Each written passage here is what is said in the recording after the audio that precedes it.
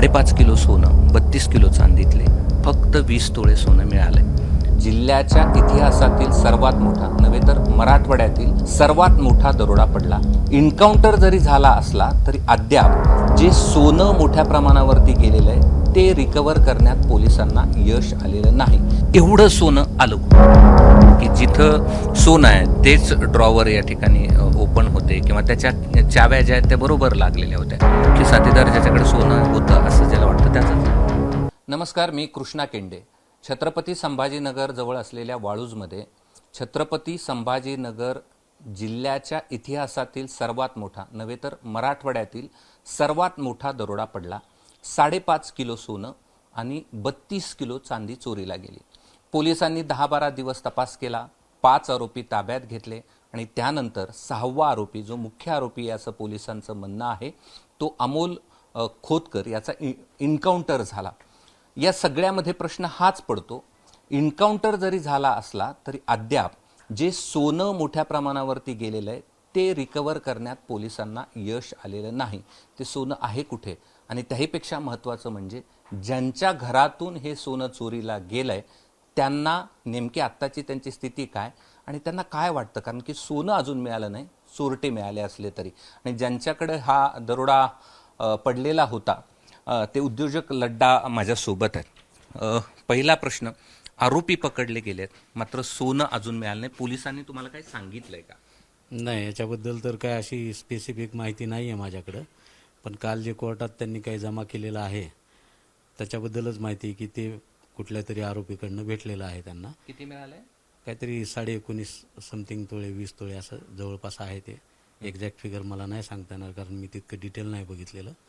कारण ॲक्च्युली दिवसच माझा असा फक्त विचार करण्यामध्ये आणि ह्याच्यामध्ये जातोय की काय झालं आणि कसा प्रकार झालेला आहे ते. या सगळ्यामध्ये पोलिसांच्या तपासावर तुमचं काय म्हणणं आहे?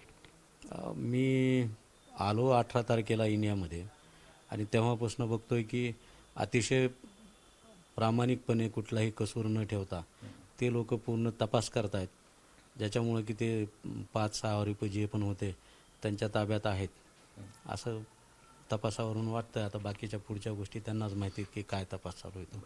आता तुमची अपेक्षा काय या सगळ्या प्रकरणानंतर?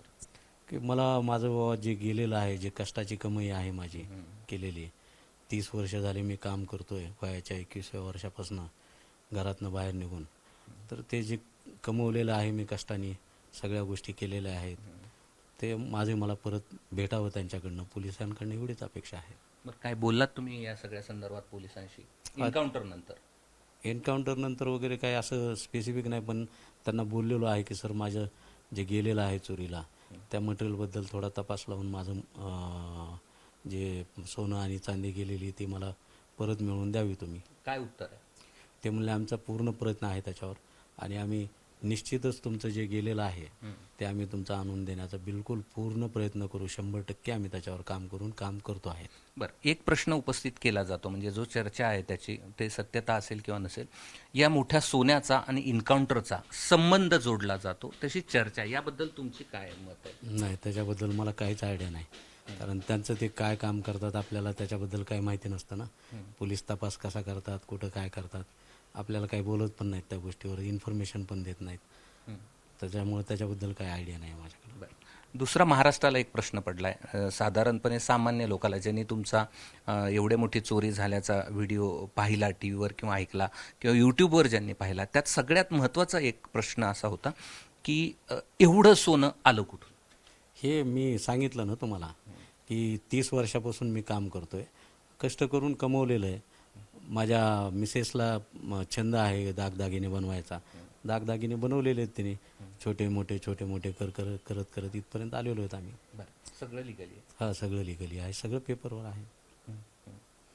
काय भावना आहेत या सगळ्या सोन्यासोबतच्या? भावना त्याच ना, भावना जोडलेल्या आहेत. एवढ्या कष्टाने केलं म्हणून सांगितलं ना की एवढ्या कष्टाने मेहनतीने केलेलं आहे. मग काही नव्हतं, काही नसताना आम्ही एवढं काम करून नोकरी करून, चांगल्या पदावर नोकरी करून, सगळ्या गोष्टी करून काम केलेलं आहे, कमवलेलं आहे. एका रात्रीतून गेला? एका रात्रीतून गेलं. वाईट तर वाटतंच, एका रात्रीतून गेलं वाईट वाटतंच. एखादा दागिना तुम्ही दिला असेल घरच्यांना, म्हणजे पत्नीला दिला असेल? हो, ते तर ॲनिव्हर्सरी आहे, वाढदिवस आहे, तर होतंच ना त्याच्यावर की काही दागिना करू, अशा प्रकारेच होतं ना. बरं, आणखीन एक प्रश्न, की एवढं घरात का ठेवलं होतं? हा ॲक्च्युली असं कधी डोक्यात आलंच नाही ना की असं काय होईल म्हणून, आणि घरी माणूस असतोच ना, त्याच्यामुळं तसं पण काही डोक्यात कधी विचार आला नाही. बाकी काही असं घरात ठेवण्याचा काही स्पेसिफिक पर्पज नव्हता त्याचा. बरं, तुमची एवढी मोठी कंपनी आहे, कंपनीमध्ये तुमच्याकडे एवढे मोठे कामगार आहेत, तिथं तुमच्याकडे CCTV आहे, मग कधी असं वाटलं नाही की एवढं सोनं घरात आहेत, आपण CCTV लावला पाहिजे? हो, ॲक्च्युली काय होतं ना, तो प्लॅन होता लावायचा. मी माणसाला पण सांगितलं होतं, केबल पण लावलेल्या होत्या, पण ते कामाच्या भरामध्ये जे राहून गेलं, नंतर ते विसरून गेलं सगळ्याच गोष्टी लावण्याच्या वगैरे. असं काही त्याला कारण नव्हतं की का नाही लावले म्हणून, पण तेवढं राहून गेला तो पार्ट. बरं, चोर सापडले, परंतु चोरांना टीप देणारा अजून समोर आलेला नाही, किंवा हे एवढं सगळं घरात आहे, हे लोकांपर्यंत कोणीतरी आहे ज्यांनी हे सगळं पोहोचवलं, हेच घर आहे, इथंच सोनं आहे, किंवा ज्या गोष्टी तपासात दिसत आहेत की जिथं सोनं आहे तेच ड्रॉवर या ठिकाणी ओपन होते, किंवा त्याच्या चाव्या ज्या आहेत त्या बरोबर लागलेल्या होत्या, या सगळ्यावरून तुमचं कुणावर संशय, किंवा तुम्हाला वाटतं की आसपासचा कोणी असला पाहिजे? ॲक्च्युली काय होतं ना की जे लोक माझ्यासोबत आहेत, फार वर्षापासून ते लोक आहेत सोबत, त्याच्यामुळं असं मला एखाद्यावर पर्टिक्युलर संशय घ्यावा असं काही वाटत नाही. बाकी आता पोलिसांच्या तपासामध्ये निष्पन्न होईलच, सगळे आरोपी त्यांच्याजवळ आहेत, ते निष्पन्न करतील की नेमकं हे कुठून काय झालेलं आहे ते.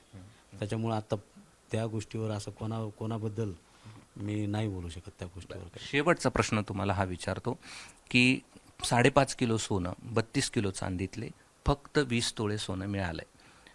आता तुम्हाला काय सांगायचंय पोलिसांना आणि सगळ्या यंत्रणेला? नाही, मला एवढंच सांगायचं आहे की हे जे माझं गेलेलं आहे त्यांनी लवकरात लवकर रिकवर करून द्यावं.